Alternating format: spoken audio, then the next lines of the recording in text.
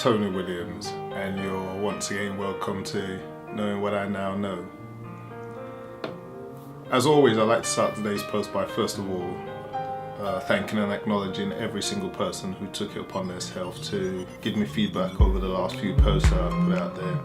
I always like to say your posts are highly encouraging, and everything that you have said in one way or another with regards to advice and tips and tricks on how I could get the post to a better place, I've taken on board, and in one way or the other will try and incorporate them sooner rather than later into the post.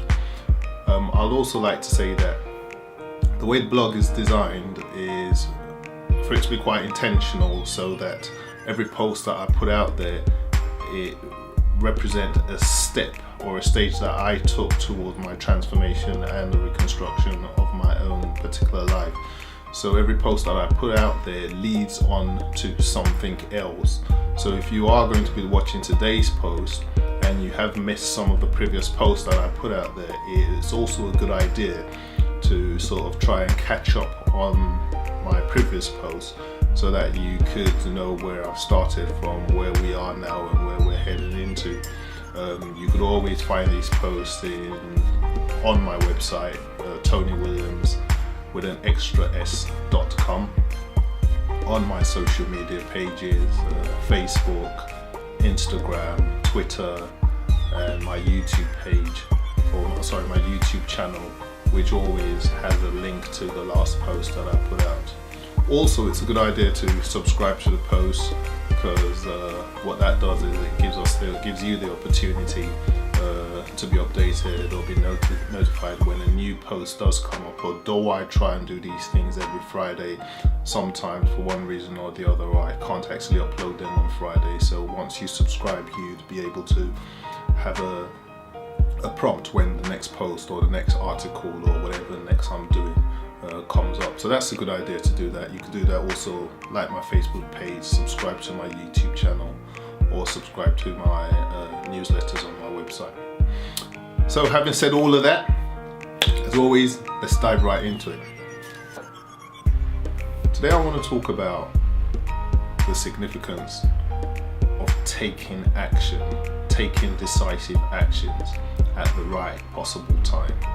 You know, a lot of us mix up taking actions for being in motion, and I'll explain that later. But the very nature of taking an action of something, or taking an action towards something, is so that we could get something done, we could get an end result, you know. And in action itself goes along. Probably a synonym for action would be like the word doing. So you have to do something, or to do, I should say. To do something would be a synonym for action.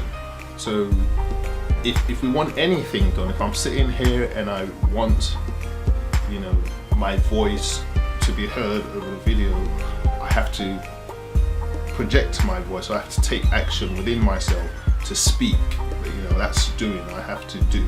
If I want these videos to go out, I have to record it, and then, you know, do all the editing and you know, upload it onto my website and social media channel. That's taking action. You know, if I felt like I was hungry today, you know, just sitting down here and thinking in my mind, I am hungry, doesn't actually feed me. It's not until I get up and I head off into a kitchen or to an eatery or, you know, a restaurant, and actually order food and begin to eat the foods that I'm taking action. But what happens, you know, is that a lot of people are in motion. You know, being in motion is the whole process of creating an environment for that action to take place, because being in motion in itself doesn't actually give us that opportunity to get end results. You know, it's not until you take specific and decisive actions towards things that you get end results. So I'll explain it. So something rotating on its own axis is in motion, you know. So if I said to myself, okay, I want to pump up, which I really want to do, and I sign up for gym classes, and I buy weights inside my study, and I have all these ideas. I research the best way to do sit-ups, and but I never ever take action, or I never ever do one. Or I sign up to the gym, the payments come out of my account monthly, but I've never attended a class, or I've never had a personal instructor take me through the whole process of what is the best way workout I need to do in order to get myself into the shape that I want to. Then I'm just in motion, so that's what I'm saying. And that's where a lot of us are, and that's where I was for a very long time, where I had all these thoughts in my mind that this is how I want to live, or this is my desires, this is what I think this is where I should be in life. But subconsciously and consciously I had these thoughts in my mind, but I didn't actually go ahead and take the right actionable steps to make this happen. So, and that's where the disparity is between the people who succeed and the people who don't succeed, or the people who make it happen and those people who just talk. Because a lot of people who talk a good talk, but could they make that talk happen? It becomes a little bit difficult. So today I want to talk about a few tips and tricks in how I personally came to realization of the necessity of being decisive, and taking action. A few steps. It's probably going to be wider in its totality, and I'm not sure if I could get everything into one post, but if I don't, I'll revisit it again. The very first thing that I think anyone needs to do in order to start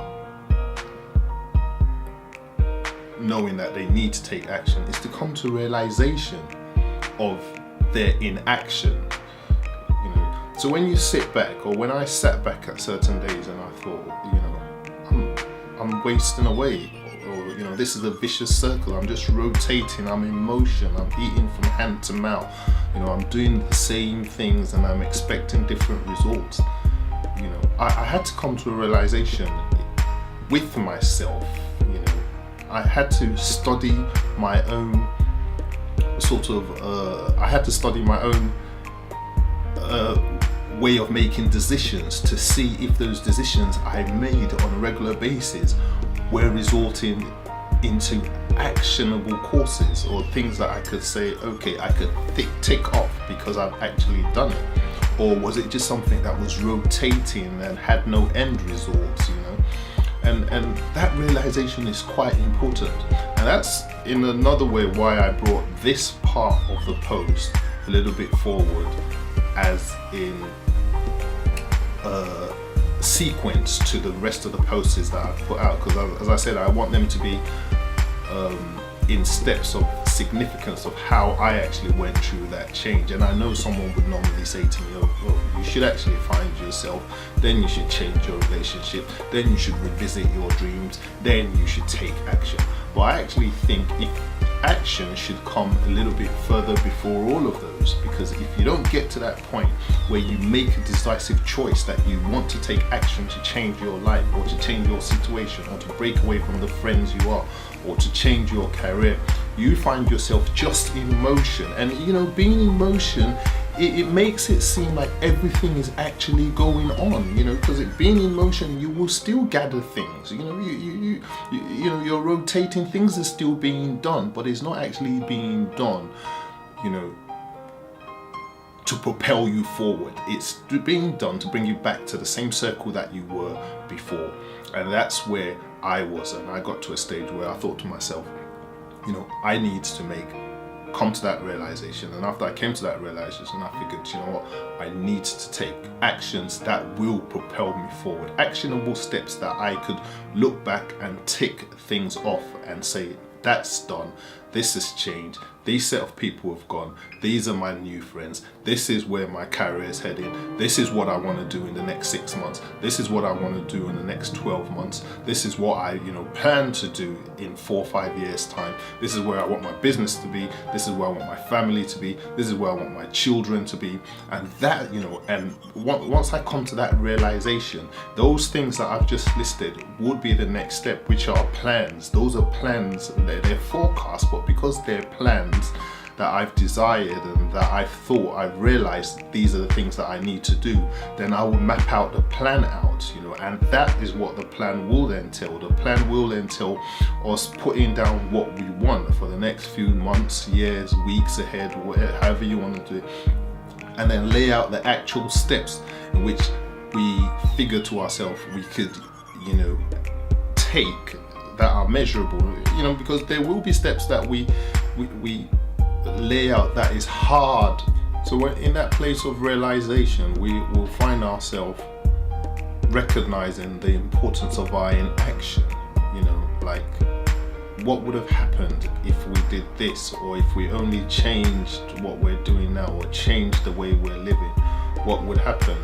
And because we haven't changed what we're doing, or because we haven't changed how we're living, or the lifestyle that we're in, what is the cost? What is the financial cost? What is the emotional cost? What's the physical cost? What's the, what is the cost to our lives for just not acting on the right things that we ought to do? And after that, we begin to find little resorts, we begin to find answers that will propel us. If we search ourselves deep enough, we begin to find answers that will propel us, or that will sort of just ignite us to want to do something that's actually right, or want to take action in a positive manner. And also we need to be a little bit flexible, because as much as you come to realizations of these, obstacles will still happen, because you are living in a world where everything is designed in a worldly structure. You're still gonna probably have some of the same friends, you're still gonna have the same bills, you're still gonna be in the same job and still have that same bad manager, and, or you're still gonna even still have to do what you have to do, or hustle in a way that you still knew how to make ends meet. But because it's a gradual process, you need to be flexible. At the back of your mind, you must never lose sight of the target of what you want to achieve, and the actionable steps that you are taking towards achieving those things. Another thing that I think we also have to do is always keep a plan. Plan out like exactly where we want to be, where we need to go. I actually got to that stage before I actually knew I had to start making plans. I just took action and said, these situations, they just have to change. And as much as I was still leaning back into the little things I had to do to make ends meet, then in my head I knew that over a period of time, these are the right steps that I had to take in order to get to my desired outcome. So in doing that, as I said, sometimes it could have been the social circles that I changed. It could have been deals that I just thought it wasn't really necessary for me to go on to, or I just thought in a positive manner, that I need to start my business, I need to open up my companies, I need to give myself new challenges that would enable me to be a little bit more focused, and most importantly divert my mind away from those things that have captivated it in the wrong way.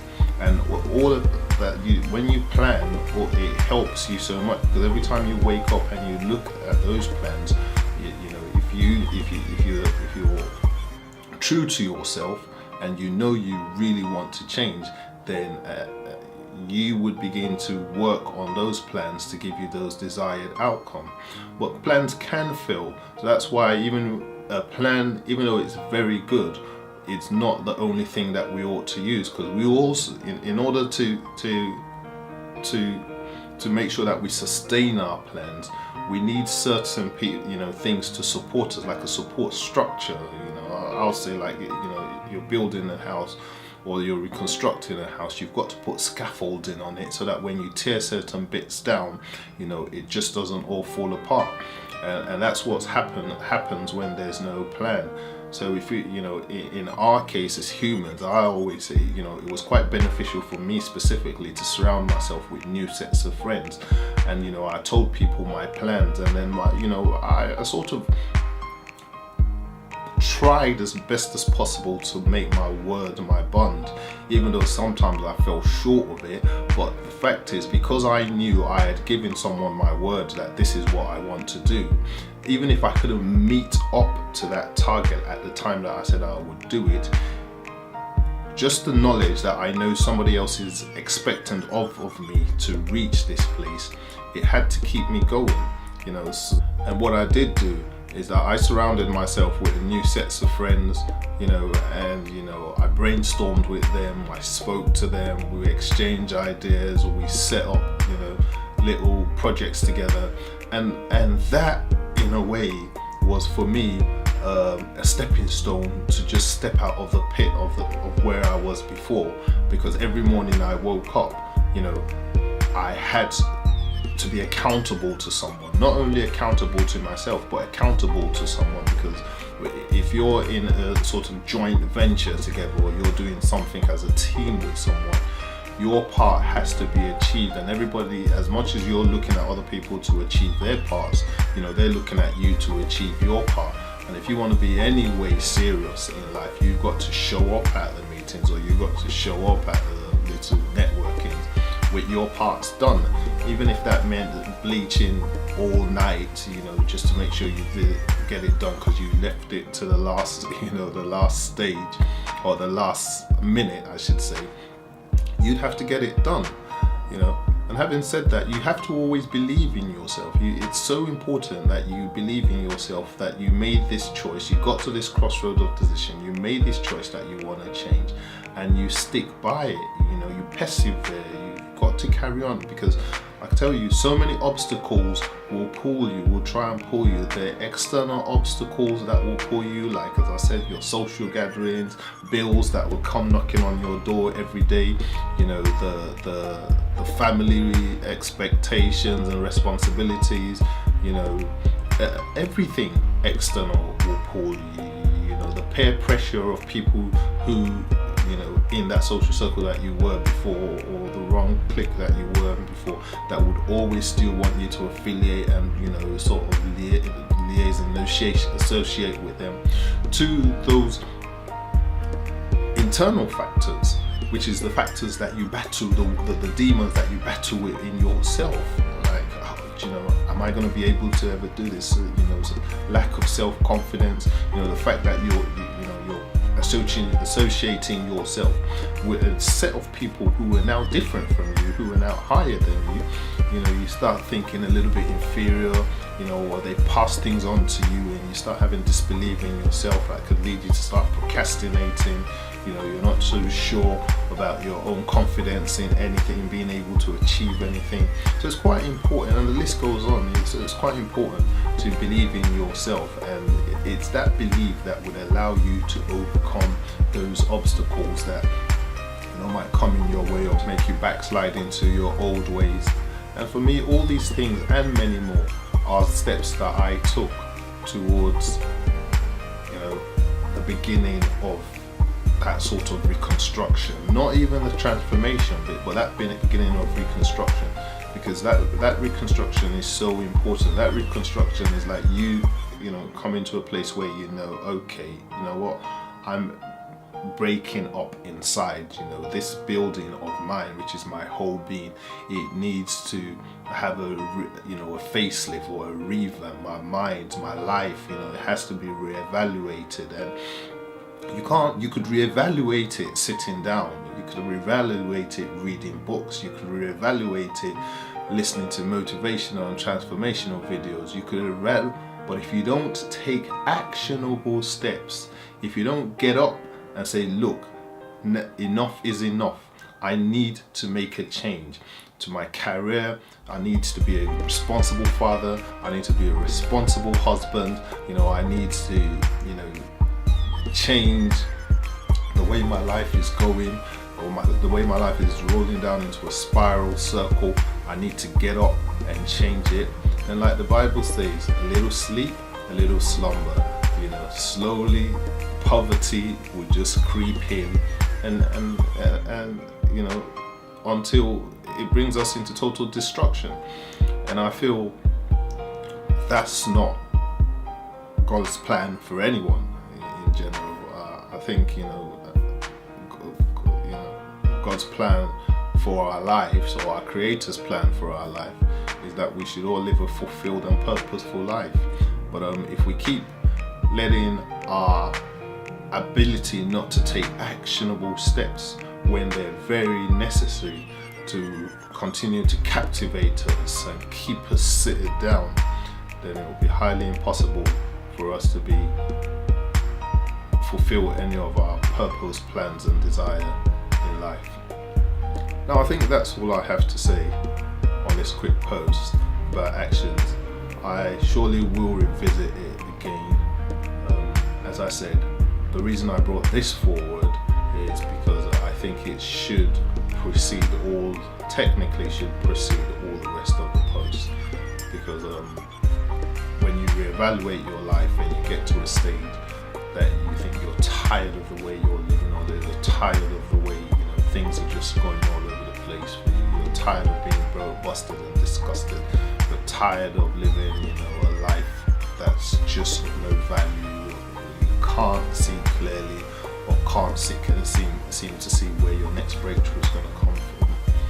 The onus is not on nobody else but you to get up and take the actionable steps that will make a change. As they say in an African proverb, they could lead a horse to the water, but they could never bend that horse's neck to forcibly make it drink that water. So on that note, I like to end with one of my famous stories as well. And this story, as opposed to it being a true story, would actually be something, as opposed to it just being a normal story, it would actually be about me. So a few years ago, I was looking at some bits and pieces. I think it was 2004. I was a sucker for conferences. So I love leadership conferences. I love seminars. I felt inspired. I felt motivated. I felt uplifted by what the speakers or the motivators or the CEOs, they always come and say. And I always used to go, if it was nighttime, if it was church seminars or church conferences, I would always go. I'll leave whatever I was doing. I would always go religiously, and even up until now, I still do that. I think wisdom is a principal thing of, if you're going to gain anything, you need to gain wisdom. And sometimes you gain wisdom from a multitude of counselors, as the Bible says. So I used to always go. One of such conferences was one in I think it's the old KICC, because I'm talking about 2004 now. The old KICC. I think it was a 30-day conference, and they had so many wonderful speakers that came through. I think that, I'm not sure if it was 30 days, it was 2004, but they had some powerful speakers that came through. The likes of T.D. Jakes, the late Miles Monroe, a whole bunch of speakers came through. I probably attended as many as I could days of that conference. I was highly, inspired, highly motivated, felt like, yes, the rest of my life begins here. It's all going to be a new day. Old things passed away, everything's become new. At the end of the conference, like any other conference, there would be materials that the speakers or the organizers will put together and say to you, look, purchase this, and use this as you go back into the world as a daily devotional, or just to continue to encourage yourself, when you feel down and stuff like that. One of such materials that I bought in this particular conference was this. So this is Matthew Ashimolowo's 30 Days of Glory, Experiencing Days of Heaven on Earth, 1st February 2004. Now, I can't remember how much exactly this cost me, but I know it cost me within the region of about 60 to 100 pounds or so. 2004. When I bought this, I took it home. I thought, you know, I have to have this. It's got all the 30 days prayer sessions and everything, all the conferences, all the speakers in there. But on getting home with this, I put it down the first day, still feeling very inspired. I never opened it. I put it down the second day, still didn't open it. Still feeling very inspired. Third, fourth, fifth day, until this became one of my shelf decorators. Never opened it. I actually found this in my storage. This 30 days of glory has been everything but has been everywhere bar it's being used by myself. As a matter of fact, it shows here that the only thing that I ever used was one of the tapes out of 30 tapes.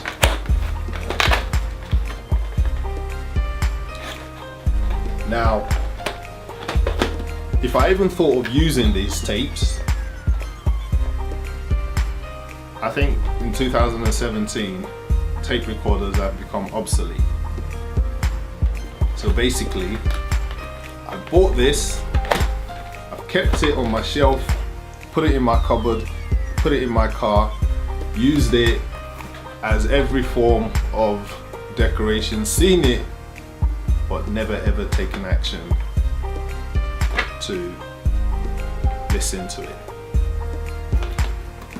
If there's anything that's in here that would have changed my life in 2004, because I've just bought it and kept it as a mantelpiece or a piece on the mantelpiece, I would have never known. And up till today, I still don't know. Everything they told me in 2004, do I recall it? No, I do not. So basically, when I bought this, I was in motion. I prepared myself to take the action that could change my life, but I never took it. If I had read it, if I had listened to it, I beg your pardon, I would have taken action and found out actionable steps that might probably have helped me along my journey of reconstruction. Basically, what I'm trying to say is that's how so many people are. We make plans, we put the plans in place, but we never follow through on our plans. There's a difference between being in motion and taking actionable steps that could change our life. Emotion will keep you rotating and preparing yourself for the action, but if you never ever take the action, you remain on the same place. Until I speak to you again, good night and God bless.